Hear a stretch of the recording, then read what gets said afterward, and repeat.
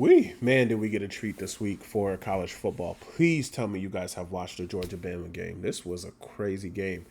Bama just came out. It was just hitting off on every cylinder in this game. And at the beginning of the game, you know, I've been saying for years exactly what teams have to do to beat this Georgia team. You got to come out and hit them in the face and hit them where it counts because Ohio State actually almost did this, of course, with a missed field goal at the end. We all seen that in the playoffs. But for SEC teams, they just have to get off the line, play football, play aggressive, put up points. Bama came out and did that very thing, hitting off on every cylinder. They got 28 points off in the first half. Well, actually 30 points because they got the safety in the end. But if we are going to go through this one by one, for me, I think this was a great test for Georgia because we wanted to see what would happen if Georgia fell behind in a game. Would they be able to come back? And we learned a lot from Georgia in this game. But Jalen Milroe, once again, he was told before by a coach at Alabama, I believe, that he should never play quarterback again. That coach really should probably never be a quarterback coach again. Whomever told him that, you know? And this is why sometimes you just have to bet on yourself.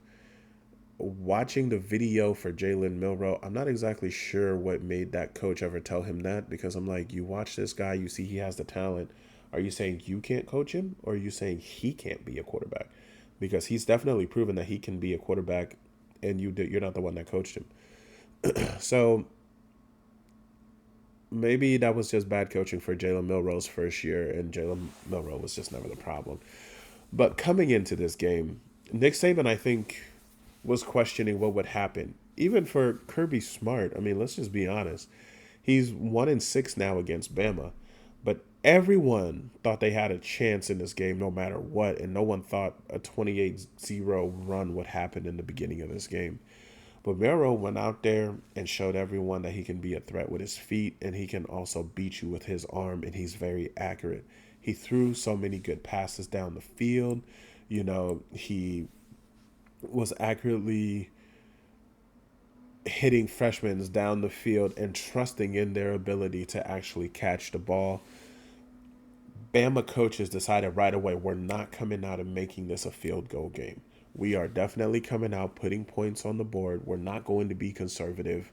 We're making Georgia earn everything if they want to beat us today. So, Carson Beck, I have to be honest, he didn't look like himself in this game. We just have to call it what it is. He looked like he was not ready for this game. He was unsure what might happen. He looked a little bit intimidated, and I don't know why. He tried to hide his emotions on his face, but many times when the camera was dead on his face, man, you see it on his face. It's just point blank, like, I don't know what's going on. He's in complete shock, or something's just going on in his head that he can't get out of. He's trying to keep it cool. It wasn't enough until the second half.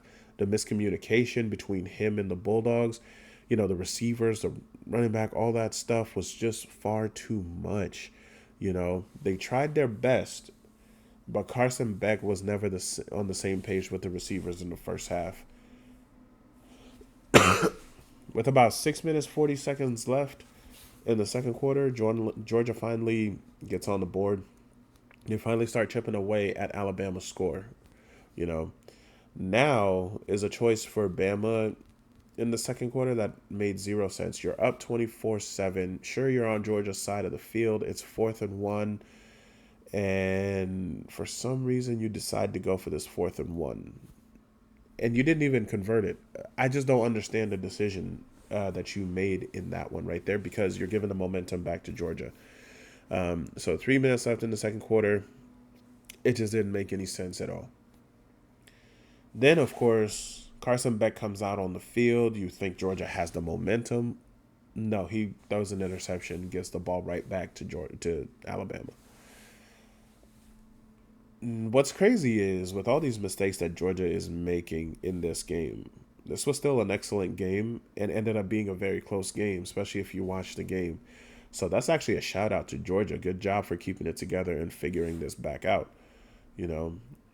And then when we look at the frustration showing on Carson Beck's face, he just doesn't look like himself. Once again, I'm saying this again. he doesn't look like he's having fun in this game. I think he thought maybe the pressure got to him. Maybe the pressure was too much for him. I don't really know what was going on. And then Bama once again gets the ball back. I'm sorry, Bama punts the ball, gets Georgia backed up and near their own goal line. This is before halftime. Carson Beck tries to throw the ball out of the end zone, but then he got called for intentional grounding, and that's how the safety happened.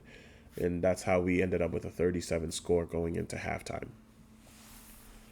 Now, in the second half, this is when Georgia kind of realized that they still had a football game going on. I think they woke up. the The coaches definitely went into the locker room saying something. Something was said in that locker room. We don't really know what it is. But something was said in that locker room that switched this game around because this team was not really there for the first half at all. But in the second half, they came out with a different game plan. They're chipping away at this 33-7 score. And this is the part where Bama kind of got too complacent, way too complacent. It's almost like they thought the game was over, but they still had 30 minutes of football left. It didn't make any sense, almost as if even the coaches thought the game was over. The players were not playing as hard on defense or anything like that. But once again, this is why you still have to play the game. You have to play a complete 60 minutes of football, and that's a long time, and we know it. So 2 minutes and 20 seconds left in the fourth quarter, Georgia takes the lead, only for Bama to come back out and throw the ball 75 yards down the field for one play to another freshman to score a touchdown and take the lead again. So even Georgia got complacent after they took the lead. They thought the game was over and on their side. That wasn't the case once again. So now Georgia has a last chance in the last minute drive. Carson Beck makes a couple of mistakes going down the field, but they're pushing the ball down. They get into the red zone. Carson Beck throws an interception inside the end zone. That's how the game ended. So 2 games in a row, we see Georgia where they only beat Kentucky by 1 point, lose to Bama by making too many mistakes that they just could not overcome. Georgia still has a hefty schedule on their for the rest of their season. And I'm starting to wonder if Georgia is now the best one-loss team in college football, and can they remain a one-loss team? So the remaining notable games we still have to pay attention to for them is going to be at Texas, October 19th. They go home for Tennessee on November 16th. Ole Miss on November 9th. Oh, yeah, let's not forget about Ole Miss. These are all huge games. Can you go 3-0 in these games after you lost to Bama? I don't really know. And Bama doesn't have an easy schedule the rest of the way either. And if Georgia can win out and you have that one loss, you are in. I think Texas is the best team in the SEC right now. I think they were building for the SEC from the get-go, even before they probably found out that they were going to the SEC. Maybe rumors was going around, and they're like, all right, we need to build to compete in the SEC. Oklahoma did not get the same message at all. And let's not forget, Alabama also, they got to play Tennessee. They're going to Tennessee in Knoxville. That's October 19th. So October 19th, you gotta watch out for that Texas Georgia game and Alabama and Tennessee. Those are going to be huge games on that day.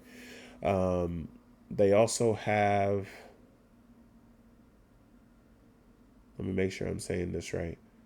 Oh no, yep, no, I already said that actually. So I guess it's time for some chaos, and it's going to happen one way or another, because this Tennessee team can beat Bama, and we all have to be aware of that. This is going to be a crazy season, you know. But definitely let me know what you guys think about this Bama Georgia game, because this was a great game and it was something definitely fun to watch for everyone, I think. But let me know what you guys think, man, and we'll keep this conversation going. Thank you guys for watching. Remember to like and subscribe, and peace out, y'all.